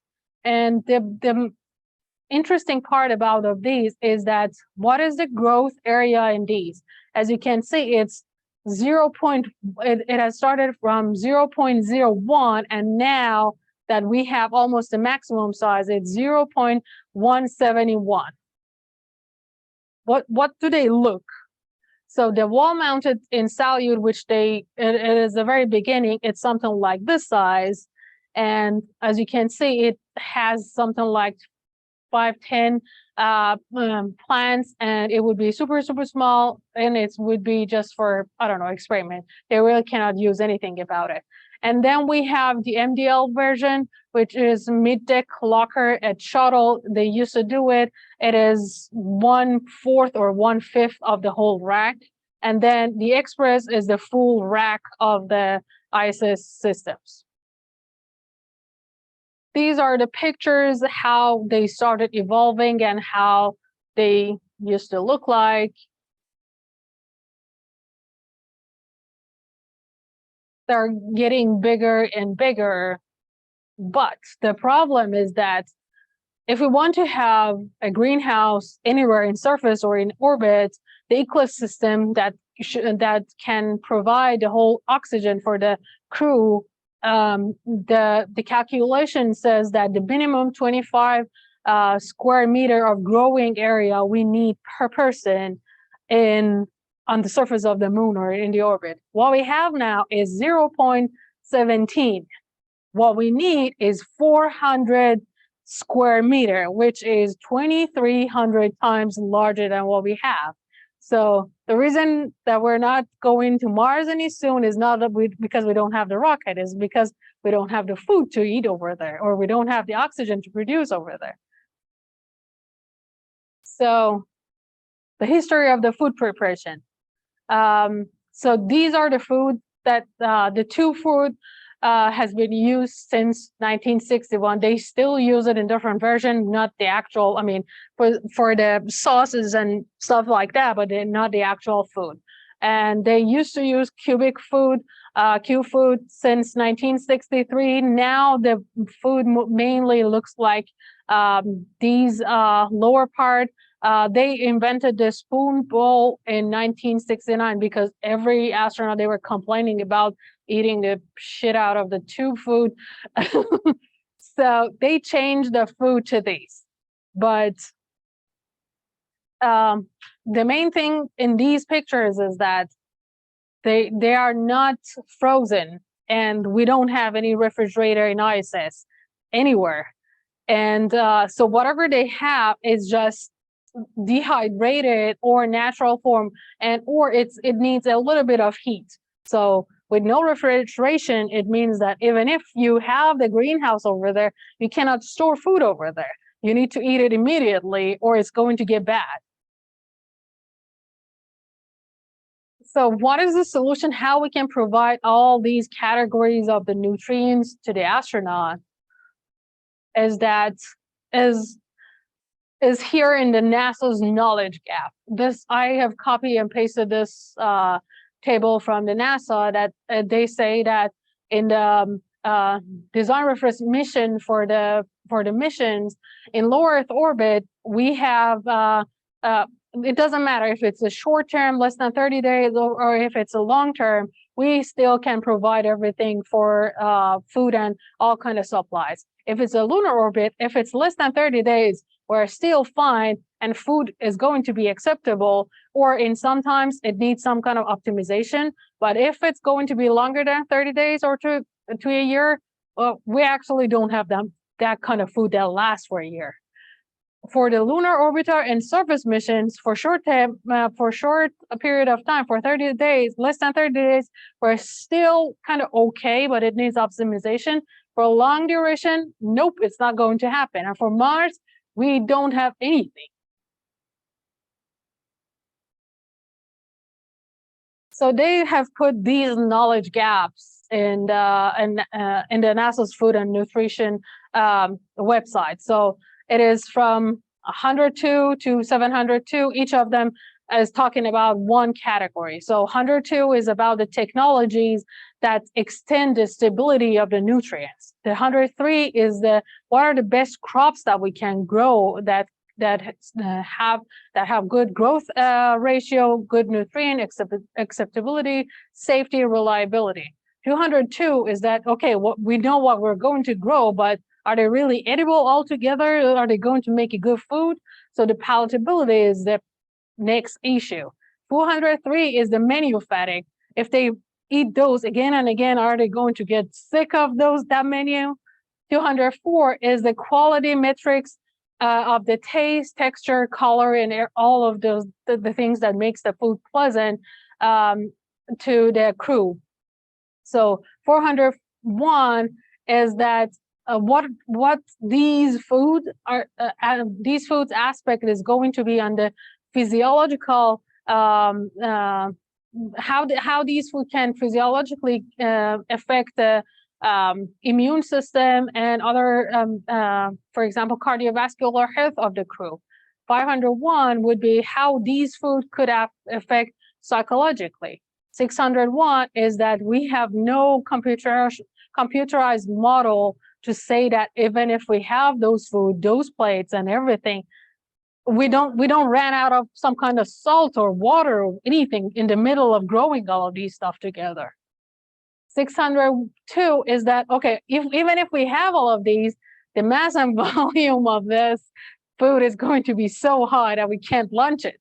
603 is that even if we lunch it, we don't know if in flight or in planetary surface, the food production and preparation infrastructure is going to really work. 701 is that we don't even have an analog for all of these. We never have built anything to test it. And 702 is that we don't even have the analog in orbit or in flight or in any space mission. So there are lots of knowledge gaps related to food and plants. So I categorize them like this. Okay, we have food and nutrient category, we have plant and greenhouse category, packaging, systems and infrastructure, analog, and testing. So if we want to have the very first greenhouse and food production preparation module in orbit, it means that we need to have all of these, and then we have the very first module, and even we need to have the analogs before that. And then if we have all of these in the orbit, then by testing and solving the 603 and 702 problem, then we are able to have something on the surface of the moon. So there's a huge knowledge gap to be solved before even supporting the orbit. So what is the analysis of this? As an architect, what's my role in here? So some of the stuff that we talked about, they are super small. So for example, designing the container of a food is something like in a smaller scale, but designing something like an analog is a larger scale. So solving all of these together from that pieces of plate or spoon or container or whatever to a giant module, it needs different kind of support from Earth. So for example, we need Earth-dependent food resupply system, and then we have Earth-independent food supply end system. If we want to move on the surface mission, which requires the independent food supply system, it means that not only we have to solve the smaller size problem, but we need to solve the bigger size problems on our way too. So even if these parts are the problems that, for example, industrial designer can solve this, from the halfway over there, it is something so big that it needs very, very complicated system design that, for example, systems engineer or architect should do it. So, okay, if we have the food preparation and if we have the greenhouse, is that going to solve all the problem? What are the pioneers that people are doing it that we can put those in our mission? So one of the things that it is very common is biocultured cells. So they put fat, carbohydrate, and other stem cells in a lab and they grow meat, or probably you have seen those, I mean, they call it non-dead or unkilled steak. They can grow those. And then we have protein-rich superfood that are sustainable future food like microalgae and insect larvae and mealworm and other stuff that aesthetically they're not pleasant to eat, but nutritional fact, they could solve the problem. And plant growth, Kennedy Space Center mainly is working on the plant list that they call it, they have a factor over there, they call it CRL, which is crop readiness level, like TRL that we have for the technology. That is the crop readiness level, which finds, or they kind of genetically modify plants so they could be dwarf, they could be smaller, they could have less waste, they could give more product, they could, for example, produce more oxygen and stuff like that. So having the good plant list, that is one of the things that we really can use. And 3D printed foods that you just give them, for example, I want a burger or I want something, and then it can give you a very specific nutrient with biometric data and everything in your food. So if we apply all of these to those gaps and to the whole food preparation and the greenhouse system, then what we propose is that, hey, it's going to be this big. If we want to have analog, we should have all of these at the first together. So we have greenhouse and food production module, which has 3 labs. One, we have the greenhouse, then we have chemical lab, and then we have bio lab. So in the biolab, we can produce lipid and probiotics. We can produce protein. We can use in the chemical lab. We can use water, and in combination of chemical lab and the greenhouse, we can have minerals, photochemicals, antioxidant, and in the collaboration of all of these together, we can produce vitamins, pigments, and flavors. So if we have these small factors, it means that we're actually solving these gaps in between. And when we solve these, then it means that the 602 and 603 physiological and psychological aspect of the crew could be evaluated. And then this was the physiological and psychological. So these could show us the palatability and other stuff. And when we put all of these together, we have the actual analog for the whole mission. So it has started in 1961 with the Mercury mission, and we have grown all the way to here that we're 22, and these are our gaps. So in ISS mission, if it's going to last till 2030, we need to test these stuff before ISS disappears or gets out of the way. And then we need to test all of these physiological, psychological, the analogs in the orbit, and then we can have the very first surface missions. When this is going to happen, we don't know. But these are the milestones that we think we have. And if we want to reach the Artemis mission, we have this very long way. That was it. Sure.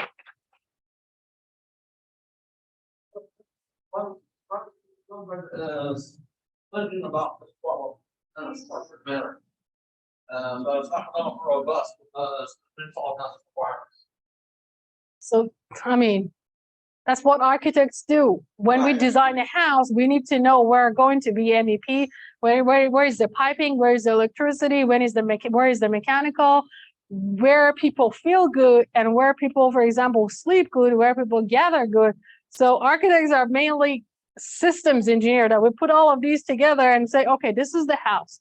And the difference between for example, an architect designed to the civil engineer is that most of the houses that was built by civil engineers is not livable. People get bored, or they say, what were they thinking? The cabinet door is not opening, or it's too wet, too hot, too warm, whatever. It's depressing. It makes me feel sleep, or it's not incoming. My friends don't want to hang out in here. So we have these kind of problems. But if a system engineer starts thinking about it and then solve these, or get involved with the process of solving these problems altogether, I think the outcome would be something that it would please the crew and the engineers and everybody. We had a talk from a nutritionist at NASA, actually, one of the years ago. And they had, what I noticed, one of the nutrition gaps there was the palatability problem. People get tired of the menu, or that's just unpleasant.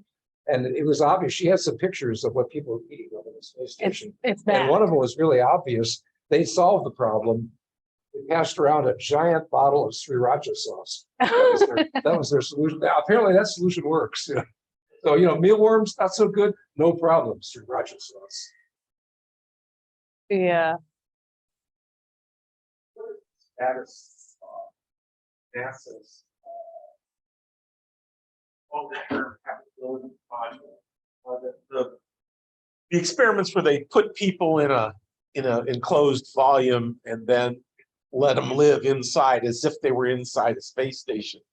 Wouldn't that sort of inform, to a certain degree, some of these questions?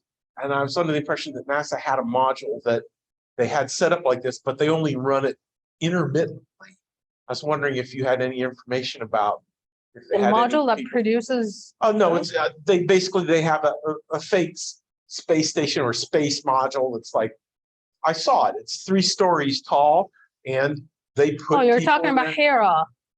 It's in JSC, yeah. Yeah, JSC, and they put people in there periodically for like a month or 2 months or 3 months, and have them run experiments and do things, and that hopefully provides hard, actual, measurable data about some of the things that they're doing. And I was wondering if some of the food aspects that you're discussing here have been tested in that module.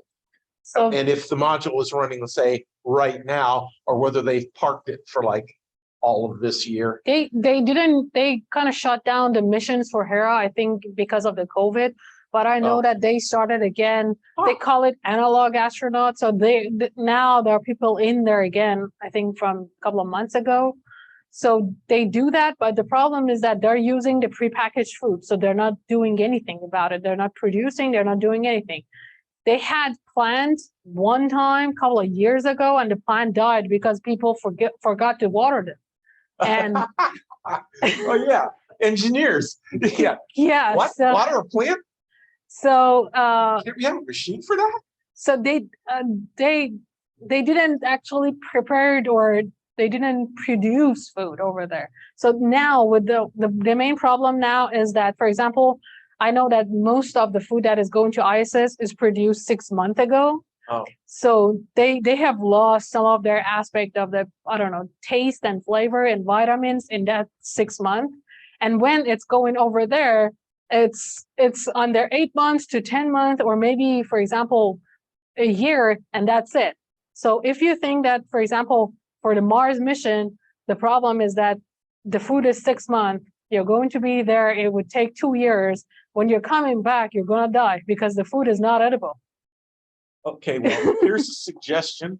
I was in Williamsburg, Virginia recently, and they have a presentation out on the dock where they have the ships that came over in 1620, and they have a very nice presentation of hardtack and beef jerky and all the foods that were used by sailors back in the year 1620. And then they actually have recipes and people making food based on that. And it's a little lackluster, but it is edible. And frankly, it looks to me like those starting materials would be at least as good as what I saw in those photographs.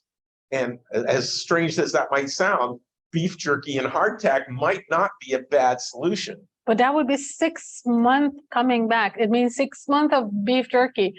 Hardtack lasted a lot longer, and beef jerky lasted a lot longer than that, from what I understand. The Mars mission total is years. I mean, by the time you go out and back, you're talking 4 or 5 years. Well, How yeah. good Dennis? Even if they survive, they're going to get sick. I mean, just imagine if you can test it even here, that you start saying that, okay, I'm going to eat beef jerky for the 6th month. I can assure you that after the 3rd month, you're going to just hang yourself because life loses its pleasant. Yeah, that's right. Well, there's no question it tastes horrible, but it's actually well documented in the Royal Navy that they've been eating from barrels of this kind of stuff 40 years afterward. But you can't live on that alone because you'll get scurvy, right? Vitamin C, all that kind of stuff. And it tastes terrible, no doubt. But they ate it. But it'll provide a serious foundation. Yeah, but don't forget, you're not sending prisoners to Mars. They are human. They are the treasures of the country that they need to live long. Maybe they were also. But this would be, I think, a significant food source that should be looked at historical. This is not the first time human beings had to travel long distances under circumstances. And we have solved this problem before. Sure, it wasn't at 0 gravity, but hardtack and beef jerky don't care. It's 0 gravity. So under I'm entirely serious. when they want to hire the astronauts for the Mars, they should mention it would be 6 months of beef jerky. Whoever wants to fly should be fine with that. In addition to the goop from the tube, it's your choice. Goop from a tube, little cubes, fly eggs, housefly eggs, or beef jerky. On Fridays, we serve beef jerky and hardtack. I think, the problem. I think that beef jerky and hardtack in that context might be a very popular food for one day out of the week. I don't know how they estimate it, but I know that I've seen some calculations from different people that if you want to send 4 crew on Mars, which is the most possible scenario, they're not going to send just 2 because 2 would be in the orbit and 2 would land. So in case of 4 crew, you need extra cargo for the supply of those 4 crew, for the clothes, for the food, for the hygiene and everything. So just one lunch is not going to provide everything. Well, but that, look at the ancient journals that are recited the Royal Navy. They continuously went out with 400 people for 3 years, 4 years at a time before they come back to base, stock up on water. How many did come back? That's the point. Well, they found out as long as they took care of scurvy with vitamin C, most of them came. Okay, so vitamin C, the best solution would be bringing vitamin C pills, right? Well, they obviously took lemon juice, lemon lime, or which is the most. Yeah, we don't have fridge, so we can't take those. I think we have more possible. I think there is a valid case made for looking through the historical records for people in adverse climates for long periods of time, cut off from so-called civilization. And I would think there will be multiple possible solutions presented that might be of value. Space program. Stuff that has already been invented and has been used literally for hundreds of years. And there is a misconception about what it is, what it tastes like, but it could be very significantly positive. Yeah, I'm thinking that, what's the reason they haven't used it so far? I think lack of knowledge. How many people, somebody said, why don't we use beef jerky?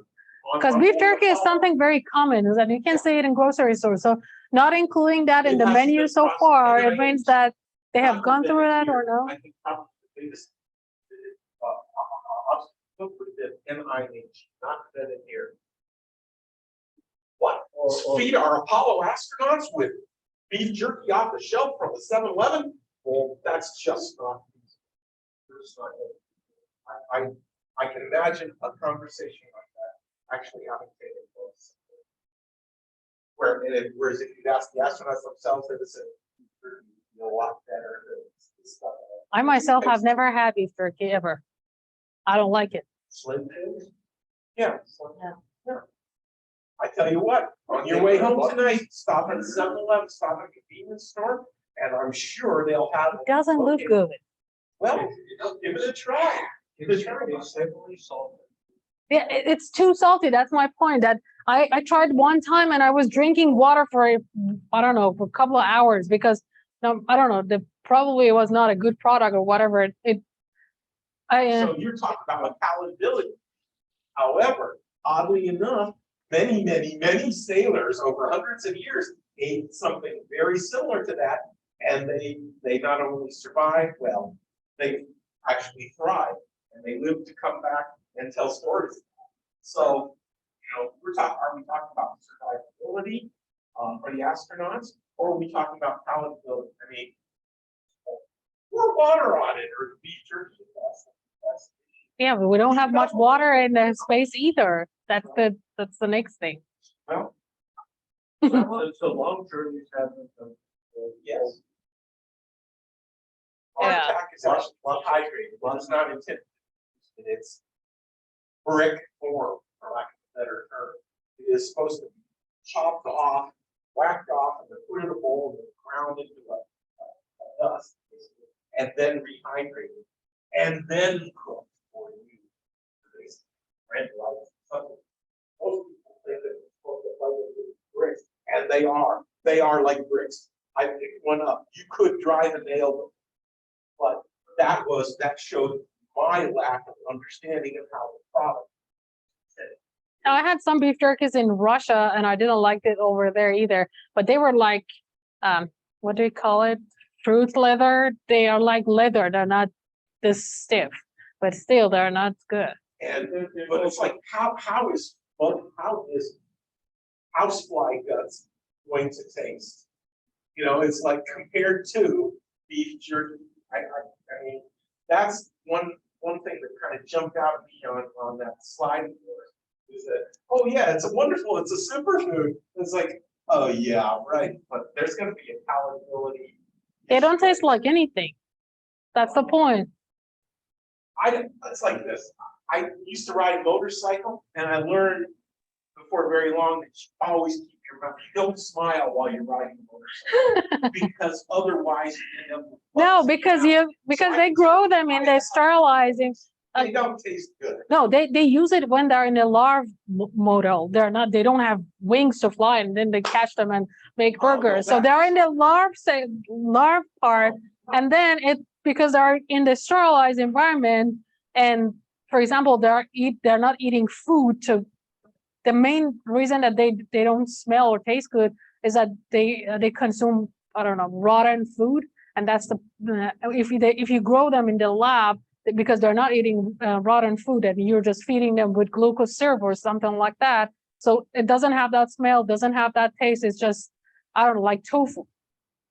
It's I don't like tofu either, but Another, but more scientific story is the Arctic or Franklin.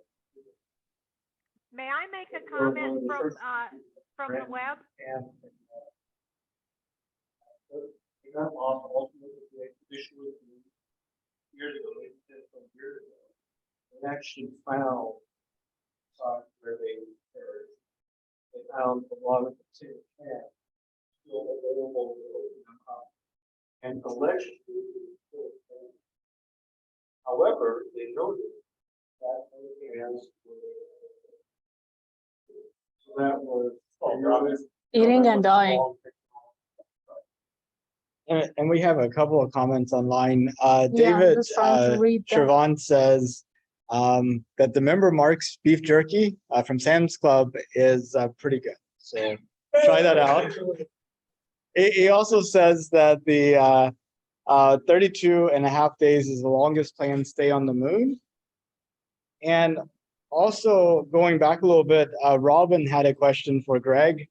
Greg, do you know which month had the largest number of launches this year? Well, this year has been right around now. Not exactly. These last couple of months.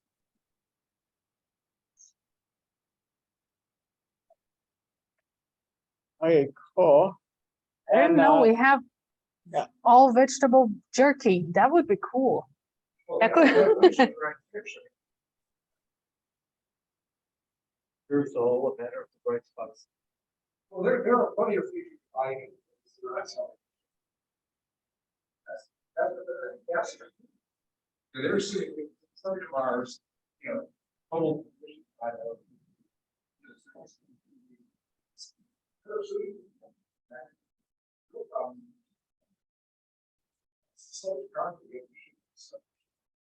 Yeah, the problem is that if they cannot come, because there is a, I think 2 months period that they should come back in during that time. And if they lose it for whatever reason, it means that they're going to stay on Mars for 5 years. Right, well, that's how they should be. Yes. And they're not. And, we're coming right up about 4 o'clock. Oh, go ahead. I have a question. The recent reports about the food in lunar soil. They use 1% of lunar soil to the whole, and the ratio was 1% to the whole Earth soil to lunar soil. So it's not really what we can really count on. And most of the things that they're working, or at least they're on the proposal for the lunar mission, is hydroponic. That's a. Bring you laptops. Mm. They basically just grew it in regular, but it is despite that. So, that was a major first step. Something that is not a fast substrate.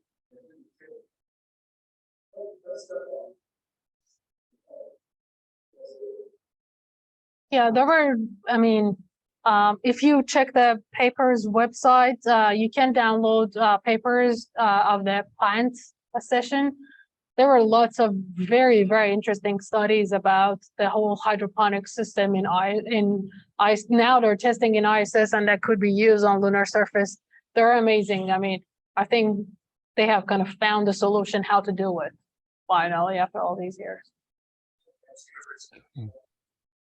So is there any audio from on the web that can be heard in the room there?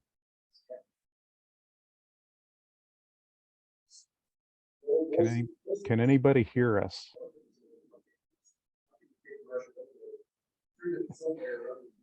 Yeah, you hear us on the web, but not in the room there. Um, They're not getting. I'm involved with an institute Yeah, that there's we no gave speaker in the room high apparently. school So they don't students seem to be able to lunar hear us. sample and Mars sample. Can The you say again, competition David? is called Plant the Moon on Mars and Plant the Moon on I can't hear myself on Moon. So the high school students are growing any kind of seed they want on those regoliths, and they're giving us feedback, and we get reports from their kind of monthly, bi-weekly about what they're doing, and if it's going to be seed to seed, if for some reason the seed dies, because most of them they got 5 tiny pots to grow different things. So let's see, for the first round, I think except one team, all other teams, their lunar regolith grow okay. They were fine. We had beans, we had green mustard, everything like that. So Yeah, it's a simulation.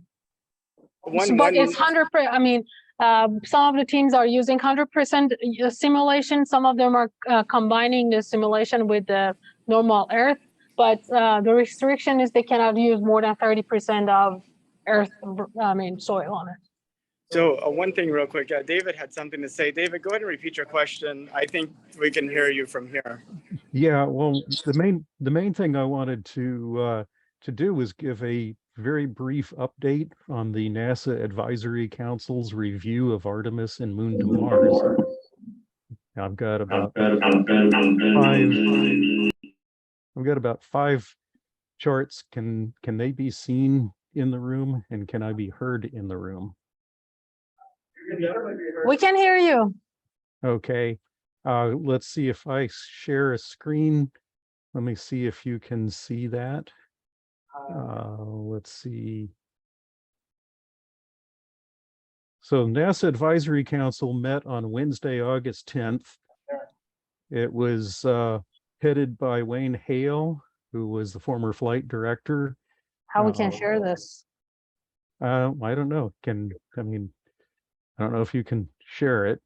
Want to end the recording? Yeah, just give me a second. If you can. Okay. You can put this over on the other side. It's kind of an important and timely topic because there's some actions needed from supporting. For some reason, mouse is not working. Okay. That's okay. There's the mouse. It's there. Where's it? Okay, now we can move it. Okay. Yeah, we can see it now. Okay, so just going back for a second, it was a public meeting. Myself, I was watching it delayed. I watched the preceding one that led up to this, but this has been recorded by some of our National Space Society and Alliance for Space Development people. A couple of things that I really want to point out: the committee members very well known in the space community, Wayne Hale, George Sowers, others, have some recommendations and findings. And the first one I want to bring to your attention is the recommendation that NASA begin studying how to transition sustaining lunar activities to other entities besides NASA, that is, following the successful Artemis missions for establishing long duration capabilities. The point I'd like to make sure you're aware of is that they're saying there is no plan that the NASA Advisory Council is aware of that allows NASA to disengage from lunar activities while not causing them to cease. The transition of limited resources towards a moon campaign will probably tax NASA in the decades following the establishment of sustained lunar operations, and in their current terminology, sustained means up to 32.5 days. It's important that sustained lunar operations continue for commercial and scientific reasons, but NASA may not be able to lead them for the long term. NASA must begin to study now on how to transition those activities to other organizations, whether governmental or commercial. There's also a recommendation that NASA considering reconstituting an advanced exploration system group. And this is the group that was responsible for concept development of new systems, surface systems, ISRU, et cetera, which are currently buried in the Integration or Under Mars campaign. And for it's essential to focus these new systems on an organization that will actually do them. So that the message here is they're not really doing ISRU for any actual usage. It's experimental, but that's about it. And also that there is a need for a plan for lunar sustainability. NASA should develop a plan for lunar sustainability beyond the currently planned Artemis missions. This plan should include required capabilities and systems and timelines for development. It should include commercial and international involvement and be used to develop preliminary funding requirements. The current NASA missions do not result in sustained lunar presence as required by US policy. Many capabilities will be required that are not planned beyond initial technology development. The risk is that Artemis will end like Apollo with more flags and footprints, but no sustained presence. So this is pretty consistent with what we said, what we told NASA at the workshop. Last one of really significance here is about resource exploration, that NASA should establish responsibility for planned resource exploration or prospecting with a priority for lunar polar ice. Major reason for this recommendation is aside from a single proof of concept mission, Viper, there is no plan to identify or characterize ice deposits at the poles of the moon as reserves to be utilized by processing the ice into rocket propellant. An economically viable source of propellant on the moon will significantly lower costs of a sustained lunar presence and enable missions to Mars. Consequences for not doing this, delaying it, or foregoing these developments is an enormous opportunity cost. Sustained lunar presence and Mars missions, human missions to Mars, may not be feasible if propellant must be brought from the Earth. That's basically what I wanted to present. These are very consistent with the inputs that NSS gave to the NASA Moon to Mars workshop.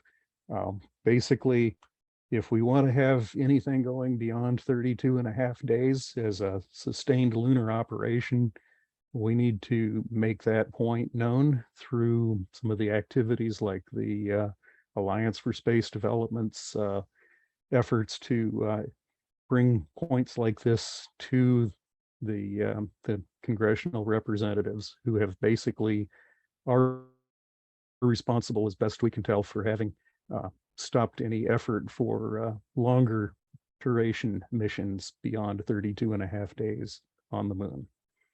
So that's my message for today. Thank you, David. Really appreciate you sharing that. Well, we're a little bit past 4, so I think we better wrap things up.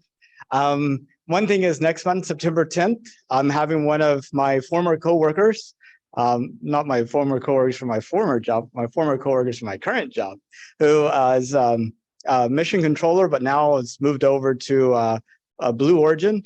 He's going to come and talk about kind of his career and the work that he's doing, so that's good. David, if you think it's worthwhile, maybe we can work on putting together some type of presentation for the October timeframe about the topics you brought up. Yeah, maybe we can do that. That would, I'll probably be up in New Hampshire around that time, but we can do it remotely, hybrid style. Okay, or we could find another time.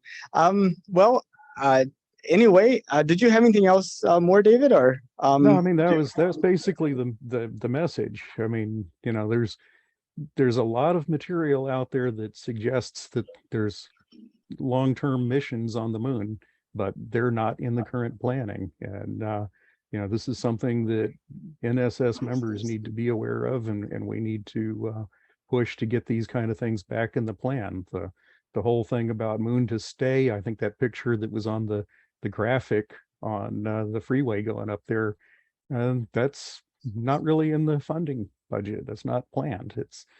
It was at one point, but these things are getting kind of pushed by the wayside.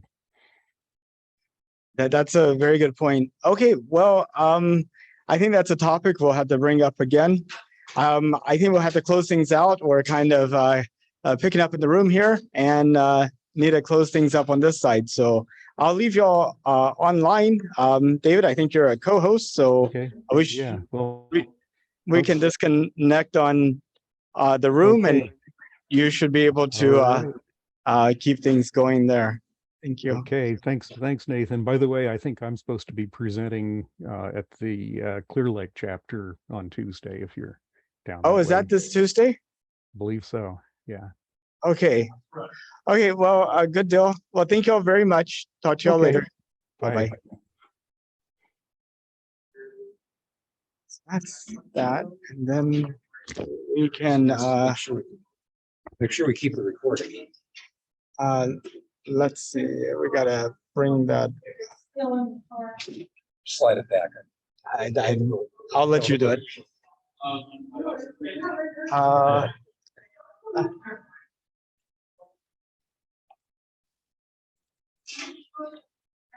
Thank you all. Okay, I think I'm going to go ahead and leave as well. Okay, well, we're gonna go ahead and just hang up the meeting. Thank you all very much. Y'all have a good rest of your day, and Okay. thanks for participating. Bye. Bye.